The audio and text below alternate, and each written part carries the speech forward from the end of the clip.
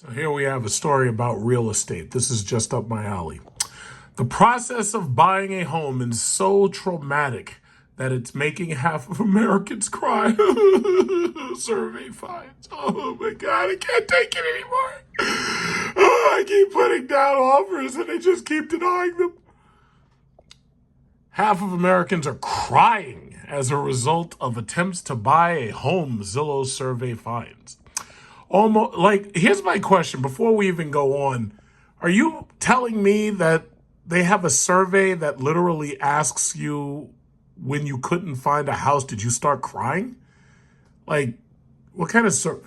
Like, I just don't understand. What kind of survey is that? So it says almost 2/3 of Generation Z and 61% of millennial buyers have cried during the.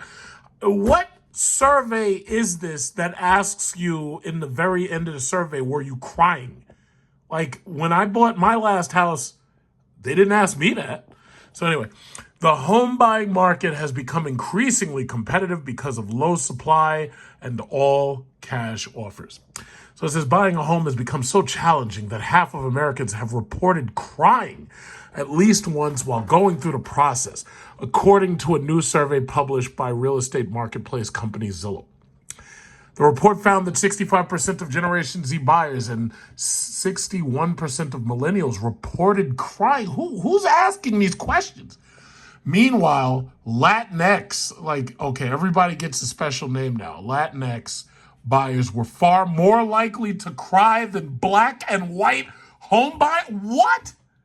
So you're telling me that Latinos are more likely to start crying than black people and white people? What? Where do you get these surveys? Usually when they try to get me to do a survey, I just ignore it. So anyway, buying a home is not like buying any other asset. It's deeply personal and it's emotional. Zillow Home Trends expert Amanda Pendleton said in a statement, when you make an offer on a home, you have likely envisioned your life there. If you lose out on that home to a stronger offer, it can feel like losing a future you have already started planning. Wow, that's deep. The trends reflect an increasingly competitive market that continues to price out millions of home buyers in the U.S., particularly millennials who are deeply, I'm a millennial, by the way, I'm 40 years old, and Generation Z buyers. Now, first of all, Generation Z, they are poorly educated, poorly trained, and in the next article that I read you, like, you'll find out that these people are defaulting on auto loans like left and right, but we'll get to that in a minute. So don't give them any home loans because these motherfuckers can't pay that shit. So anyway, particularly millennials and Gen Z buyers more reliant on finance to fund a home against a rising tide of all cash and investment purchases regarded as more attractive to buyers. In its 2021 Consumer Trends Housing Report, Zillow found 60% of homeowners had at least 2 offers on their home, while the group found nearly half of all homes sold in April went for below asking price. The market is being driven by increasingly competitive conditions that also include historically low levels of supply. Though data from Realtor.com suggests inventories rose last month for the first time since June 2019, the specter of a recession is expected to throw cold water on rising prices and is even forcing some luxury home buyers to change their behavior. But continued shortages and an expectation that prices will remain stable mean buying a home is unlikely to get easier. Okay, well, first of all, when I kept on trying to tell people, don't buy these fucking luxury cars, get yourself a piece of property first. Don't buy a car, get yourself a piece of property first. Don't buy a Dodge Hellcat, buy a piece of property first. Don't try to buy a Porsche, buy a piece of property first. Don't go out and try to buy one of those stupid Toyota Supras. Go buy a piece of property first. Well, you had your chance. You had your chance.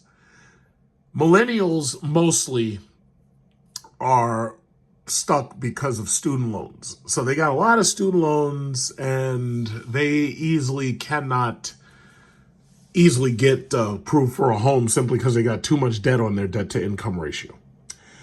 Now, those who didn't have student loans, a lot of them screwed themselves up by going out and taking out big ticket cars, buying these fucking luxury cars, these $50,000, $60,000 cars, putting that shit on their credit history, and they ain't getting through no goddamn underwriting process. What you're really looking at right now, because see, here's the thing. This is not like 2008. I keep saying the same thing. This is not like 2008.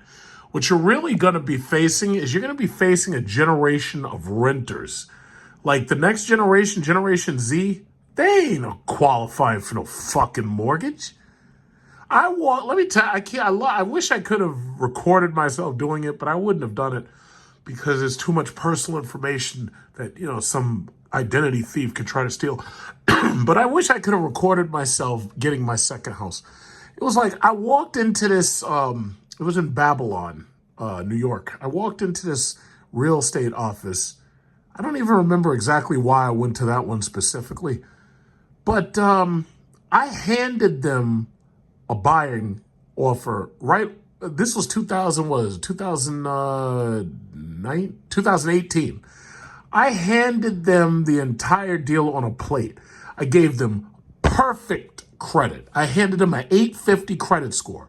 There's nothing to even look at. The underwriters in the bank are always going to look at your credit history to see what they think about your job security.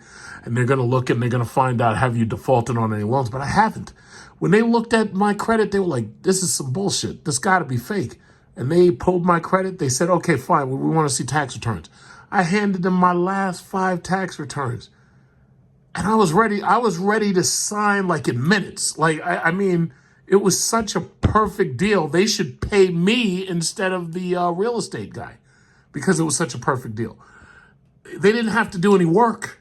It's not like they had to call bank after bank looking for approvals. It was like the first bank offered me the lowest interest rate there was. It was like I didn't even have to shop around. Not with Generation Z, and damn sure not with these millennials. These millennials have gone to these schools. They've run their credit up. These Generation Z kids, a lot of them have tried to abstain from going to school, but they've screwed up their credit too. And even the ones who haven't screwed up their credit, they don't make enough money to pay for a house. A house ain't cheap. If you buy a $300,000 house, you got to basically put like $30,000 down on that to drop your loan amount to about $270,000. So that means that now you got to buy all new appliances, or you got to get in there, you got to start buying appliances. So you're going to probably spend about $10,000 right there. And then on top of that, now you've got a mortgage that's going to be somewhere between $1,300 and $1,500 a month, taxes and insurance, depending upon where you live. You're basically going to be paying a mortgage, tax, insurance cost of about $2,000 a month. And then on top of that, you got utilities. So you're talking about another $500 a month at least. Now, that was back in 2018. You ain't finding no properties around $300,000. I have friends right now. I have some acquaintances right now looking to buy a house, their starter house. And they've put themselves in a situation where to buy a starter house, they're looking at houses that are going to be $500,000 or $600,000. And if you're talking about house values that high, obviously the property taxes are going to kick your ass too, because you're talking about $6,000, $7,000, maybe even $10,000 worth of property taxes. And the crazy thing about it is, if they had bought when I told them to buy, they wouldn't be facing this situation at all. Now, I'm not saying that everybody is at fault. I'm not saying that everybody should have bought when I told them to buy, because half these people don't even know who I am. What I'm saying is, you're in a situation where at this point, you ain't got no choice but to rent. So I know, this couple right here, I know you guys want to get out of your mama's basement or your daddy's attic or whatever it is. But the bottom line is, you're just going to have to rent. And the sad thing is, you're going to be renting indefinitely, because all of these houses are being purchased by people who've saved up cash, or they've sold the property and they've got cash on hand. These people can buy a property at a loss just to have the property and the land that it's sitting on, so that they can rent that shit out to Airbnb. And if it's not Airbnb, it's something else that they're gonna do to. They'll have renters come in there. They'll have you come in there, rent the whole damn house. I was telling my mom that. My mom's retired, and her house is pretty much settled. And I told her, I was like, you know what you should do? You should go get another house somewhere, your dream house or something. And you could have these people come up in here and pay you rent. And they could pay you rent just to rent your house. Because you think about it, they pay you like at least $3,000 a month because they'll never be able to qualify for that. Not in Queens. There's some people, and the crazy thing is, no price is too crazy. In Queens, New York, to have access to a house in Queens, New York, there's people who pay you $4,000 a month because they know that there's no way they'd be able to afford to buy it from you, and you have no intention of selling. Like when my parents die, my father, my mother, all of their property is going to go to me, and I'm going to be managing their property, and that's on top of my property. It's like I'm never selling that shit. Like, in order for them to get me to sell it, they'd have to offer me an obscene amount of money that they're not going to offer me. Like for instance, somebody pulled up on me right now and said, hey, listen, I'm desperate. I need your house. I'll give you $10 million for it. Fuck yeah, I'm signing. But that's not going to happen. Not realistically. I mean, there are some super rich drug lords in other countries who have that kind of money, and they would do it just to get it done. But that's highly unlikely. If you live in certain parts of Brooklyn, that's highly likely. Like, you could literally put a sign outside your house and say, listen, give me $5 million and you could buy this $2 million house. There are people who got the money, and just to get your ass out of there and to get themselves in there, they'll give it to you. Because that, for all you know, they probably made their money, stealing like in another country or something. Who knows? They owned a sweatshop or some shit. Who knows? But who cares? I don't really care. The bottom line is cash. That's the bottom line, is cash. So I really feel sorry for these people. Everybody's crying now. I don't know why everybody's crying. Everybody's crying. What you should have done was you should have gotten it earlier. Y'all waited too long. I saw the writing on the wall. I was like, you know what? Get yourself. I was saying this in my video, but YouTube's algorithm only hypes up crypto gurus who are trying to scam you out of money. YouTube's algorithm only hypes up these fake ass, these wannabes who are trying to scam you out of money to buy their fucking bullshit courses, or so that they can debt shame you. You pay them so that they can shame you about how much debt you got. But that's what it is. So, me personally, I'm not even complaining, because at the end of the day, I got a roof over my head. You see that roof? I got a roof up there. I don't have to rent. I got a mortgage that was paid off by my tenants. How about that? I got a roof over my head. Look at that. There's a roof up there. I might dormer the top floor and make it bigger and wider so I can rent this place out and then move to another place. Bottom line is, I got a roof. I ain't worried about none of this shit. They never asked me about crying in no fucking surveys. They never asked me that. So my thing, and it's sad, it bothers me because I kept trying to tell people, I was like, listen, stop fucking around with these goddamn car loans. Get yourself a property first. Once you have a property, go. Well, first of all, I knew that once they got themselves a property, they'd never be able to afford one of these fucking show-off cars. Like, for instance, buying a fucking Acura MDX at $70,000, or buying a BMW at $50,000 or $60,000, or even leasing it. I knew that if they buy the property first, they'd never be able to afford a car like that. Not until they had paid down the mortgage a little bit and gotten themselves some equity. But that's a financial sacrifice that you have to be willing to make. Some of these people ain't willing to sacrifice. Some of these people are so desperate to be riding around in their fucking Toyota Supras and their ugly ass fucking Lexuses.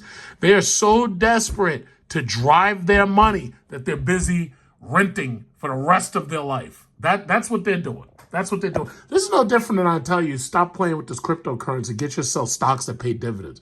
But nobody's listening. That's okay. I got a roof above my head. You see that? Look at that. Look at that. Look at my ceiling fan. Sometimes I'm thankful to God just for my ceiling fan, because I got a ceiling fan that nobody can take from me. You see that? I got a roof and a ceiling fan up there. How about that ceiling fan? Look at that. That ceiling fan is a fucking hero. How about that? Yes, y'all keep playing games. Y'all keep going out there and buying Balenciaga and all that expensive shit, trying to show off. Y'all keep going out there buying your Ethereums and your Bitcoins. thinking you're going to get, okay, yeah, go have fun. Because you know what you're going to do? You're going to end up crying just like her. You see her? Don't worry, honey. It'll be okay. We'll be okay, honey. Don't worry. What we'll do is we'll just move back in daddy's attic or in mommy's basement, and we'll live together, and we'll take care of each other until you decide to divorce my ass because you thought you married a man who could make things happen and who could have himself a house. Don't worry, honey. Stop crying. Stop crying. And let's not think about all the money I spent on this ring right here. We could have used that money as a down payment on the house. In fact, instead of getting married at some lavish wedding, we could have used that money in order to put it as a down payment on the house. And we could have had the house first and then gotten married. We could have just gone to the justice of the peace. But we didn't do that because we are hipsters, honey. Don't worry, honey. Don't cry. Don't cry, honey. Don't cry. Don't cry. Stop crying. Stop crying. Stop crying. And there you have the Johnny Depp and Amber Heard story. You thought I was finished. I'm not. Generation Z and millennials default on auto loans at far greater rates before the pandemic. Let me tell you something about this pandemic. You remember I made videos about this. YouTube brushed me aside so that they could hype up cryptocurrency. I made videos about this. You remember during the pandemic when gas was negative? I was telling everybody, listen, guys, you should buy some oil stocks. Gas is negative. What did y'all do?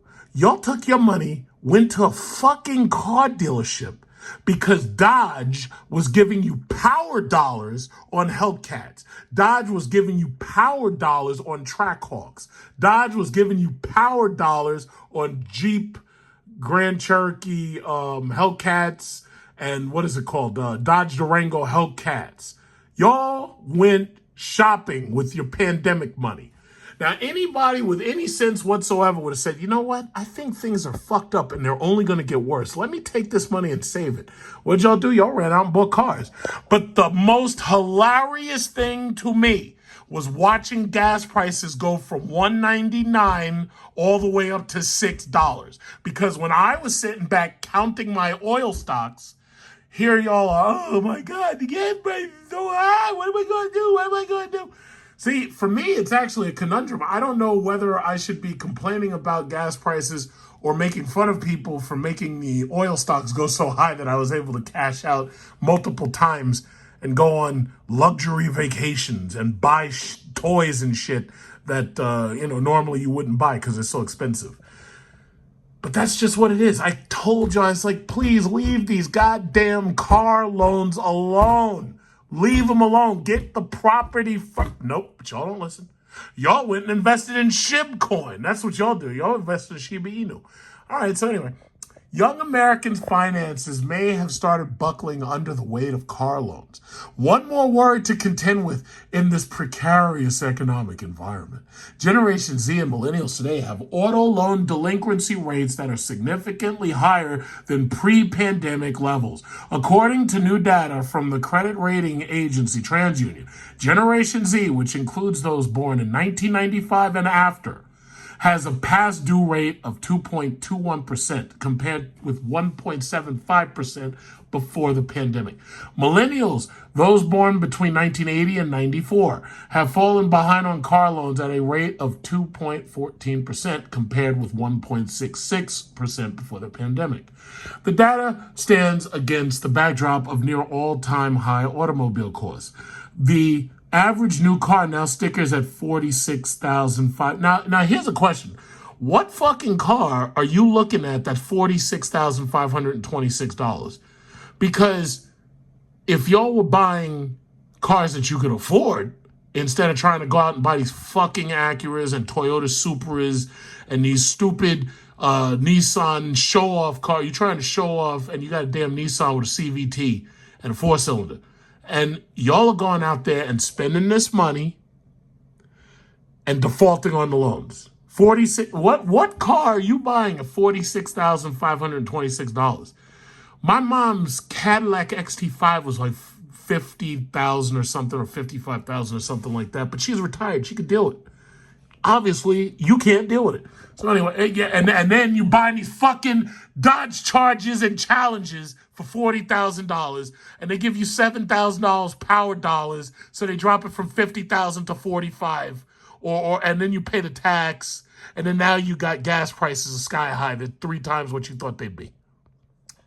That's when they say the average new car, I'm willing to bet that's what's happening. Like they're probably talking about fully loaded Honda Accords and Acura TLXs and RDXs and all that nonsense.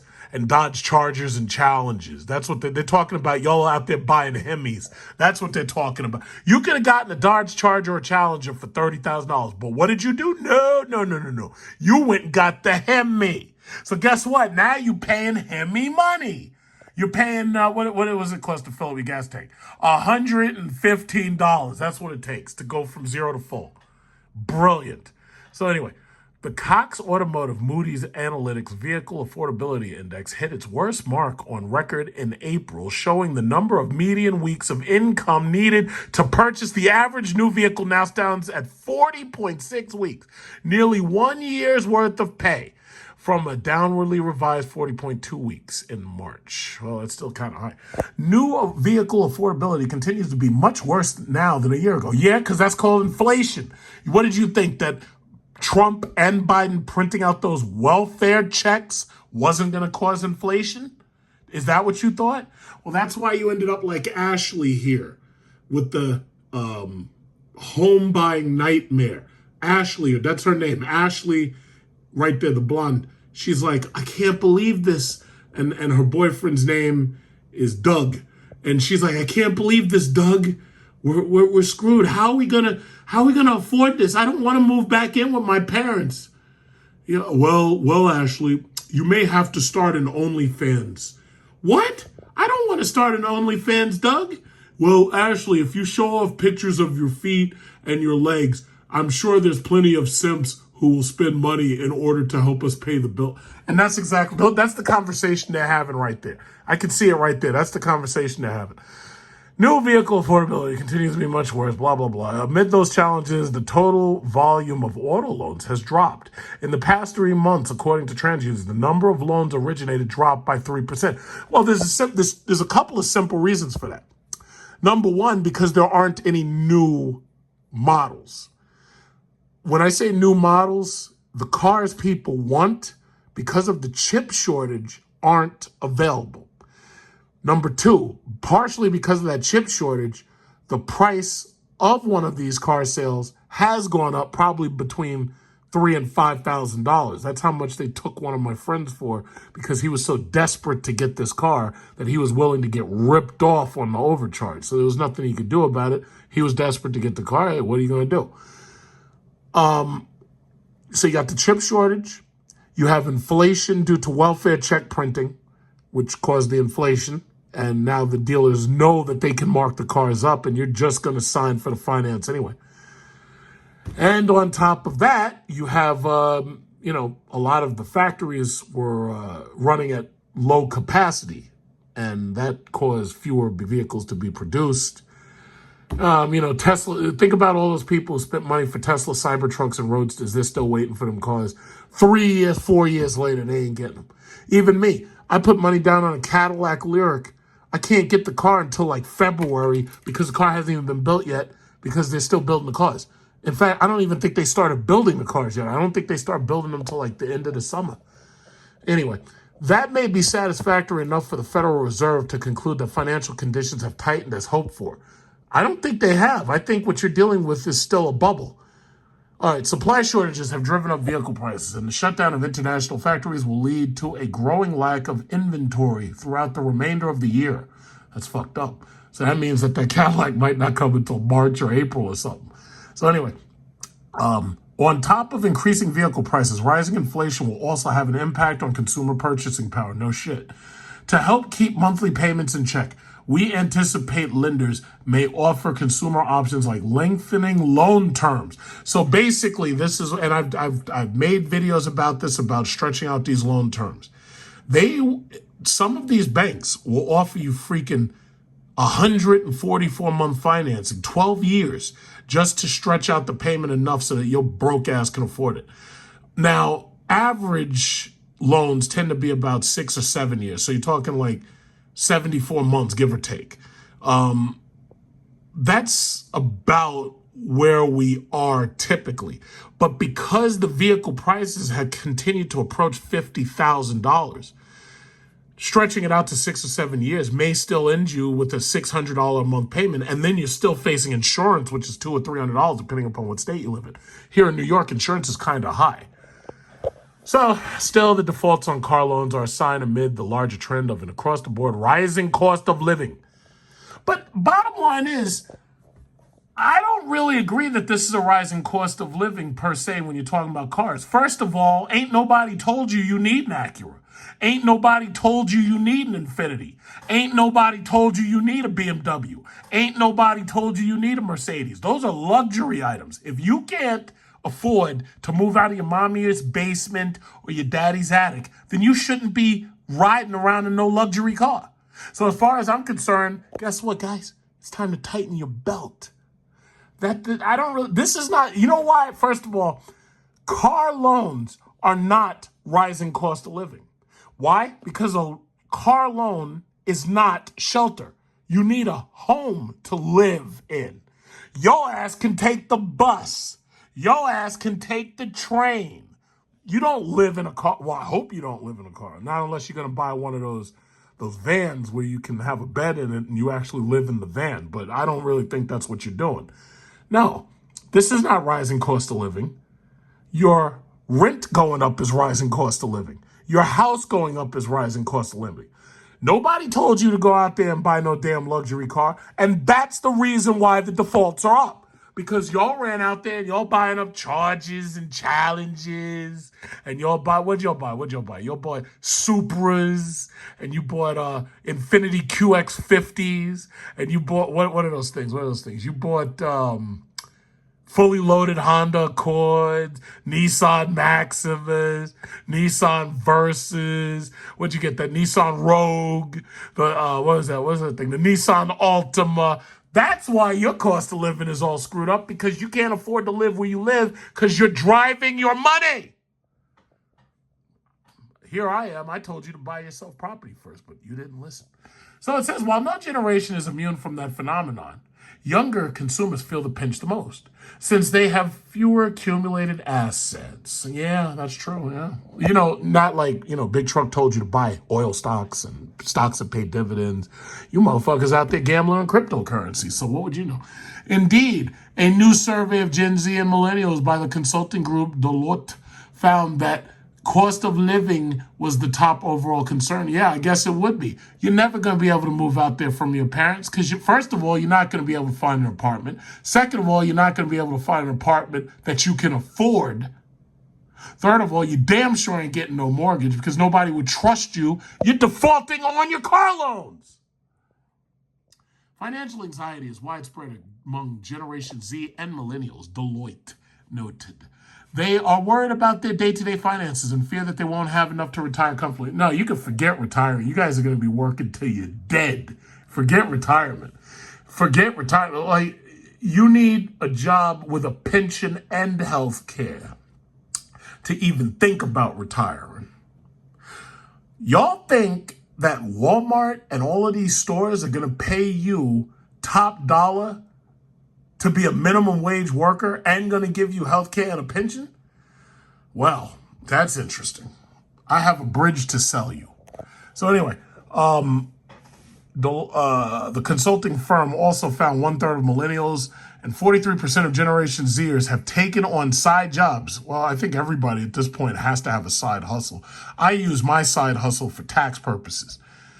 Meanwhile, 26% of Gen Zers and 31% of millennials said that they were not confident they'd be able to retire. You damn sure you're not. You're not retiring. When I look back at my parents, I would honestly say that Generation X and the baby boomers may be, I'll say some millennials, maybe millennials from my era, not the later millennials, but we may be the last people who are actually able to retire. I think the rest of y'all are going to end up working yourselves to death. You know how you go into Dollar General or you go into Family Dollar or one of these dollar stores and there's always like somebody who's just old and they're not too old. They're just too old to be working. Like they shouldn't be working because they're so old. Yeah, that's going to be you. Not unless you straighten yourself up and get yourself a damn good job. First of all, I don't know if you notice, we have a pilot shortage. I think we have a trucker shortage too, but that's partially because of gas prices. Some of these airlines are willing to pay for your training to get your ass into one of these planes so that they can get you flying. Now, most of you may not want to fly. You may not want to be a pilot, but guess what? At this point, you ain't got no choice. You have a choice. You can either fly the Emirates A380 or you can be in your mommy's basement. That's your choice. It's not much of a choice, but that's your choice. So anyway, it is possible that these younger generations have been stretching their wallets. Well, first of all, y'all are wasting all your money buying smartphones, buying earpods. Y'all are wasting all your goddamn money. You're wasting all your money on Jordans. You're wasting all your money on the Balenciagas. You're wasting all your money on Coach bags, Prada. You're wasting all your money. Wasting all your money. So no, you ain't got no money for all this stuff. You're wasting your money. Some of Gen Z rise will simply reflect that people in this group are embarking on their career journeys from education, which inevitably involves significant pay changes, according to Bank of America. But it is noteworthy that millennials appear to be experiencing higher net pay rises over Generation X. That's called inflation. They're not raising your pay because they want to. They're raising your pay because otherwise they wouldn't be afford to keep your ass showing up to that job. Generation X is retired by now. And if they're not retired, they're retiring. They're trying to get out of the system so that they can have a nice, peaceful death. You, however, are going to be stuck as an indentured servant serving Generation X, millennials, and baby boomers. You're going to be an indentured servant. If you're a nurse, you're going to be wiping poop and cleaning up colostomy bags and catheters and sticking the catheters in the guy's bladder. That's what you're going to be doing. You're going to be an indentured servant for a long time. A permanent renter, they call it. But Deloitte's survey indicates the overall financial picture for younger generations is in flux. No, it's not. It's doomed. Forget this influx bullshit. You're doomed. Fast forward to 2022, and unfortunately, economic conditions and quality of life have deteriorated in many parts of the world. The survey says, now in the third year of the pandemic, we're also facing alarming geopolitical conflicts. I think they're talking about Russia versus Ukraine, extreme climate events, inequality, a steep rise in inflation. Rather than being a temporary condition, disruption seems to have become part of the new normal. Bottom line is, your leaders have failed you.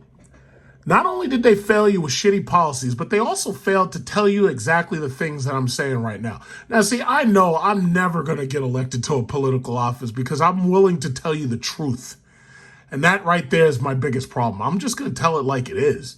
And telling it like it, if your politicians were staying up there and saying, hey, no, the reason why you don't have any money is because you bought a fucking $1,000 iPhone, you bought $300 AirPods, and you're dressed like a rapper every time you go to work. Chances are you're probably not going to get elected. If you had a politician who stands there and say, hey, dummy, stop buying these fucking luxury cars off the used car lot, take your money and invest it wisely, get yourself a proper place to live, put your kids in a decent school where they'll learn shit. Well, I don't think that politician's going to get many votes. He's not going to get many votes. How about if a politician stands up and say, hey, stupid, stop paying Disney and Netflix and all of these fucking channels so that you can watch TV all goddamn day, even when you're not home, and save some of that money. I don't think that politician's going to get many votes. See, I already know I can't run for political office because telling the truth is a poison. You can't do that shit. No, you got to stand there and lie. You got to stand there and say, well, the reason why you're not making enough money is because of racism. It's because you're a woman. It's because of sexism. It's because of transgender phobias. The reason why they're not paying you enough in the Air Force, it's not because you don't know math.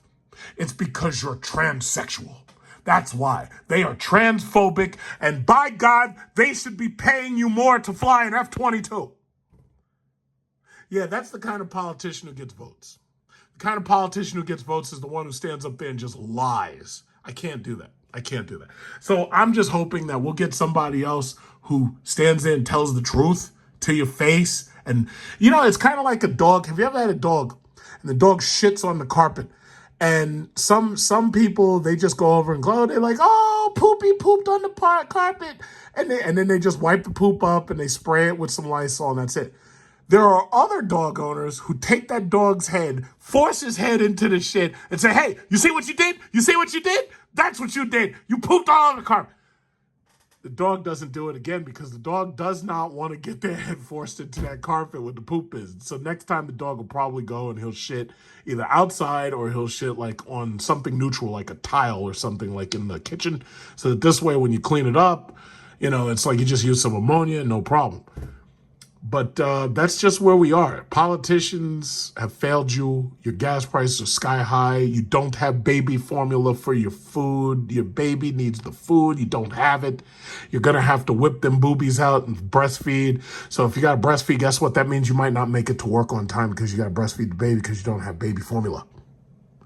Your politicians have failed you. But more importantly, you failed yourself. You allowed yourself to go out there and sign up these paperworks for these cars you couldn't afford. It's just like 2008. There were so many people who couldn't afford these houses. What did they do? They still signed the paperwork. Oh, God will make a way. God will make a way. I'll just sign the paperwork. God will make everything happen. Those same people ended up in foreclosure. There were literally people, I've been to these prosperity churches I know who they said that God told them to just run around the house that they wanted to buy. And if you run around the house, sooner or later, the owner's going to come out and say, why are you running around my house? They'd be like, I'm running around this house because I want to buy this house. And God told me to run around the house.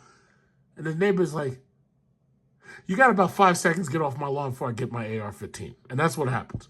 So politicians failed you, you failed yourself, and that's where we are. This is where we are. This is the State of the Union. You know how Biden stands there and gives you the State of the Union? That's not the State of the Union. This is the State of the Union right there. I just gave you the State of the Union, and it didn't take me 3 hours to accomplish it either.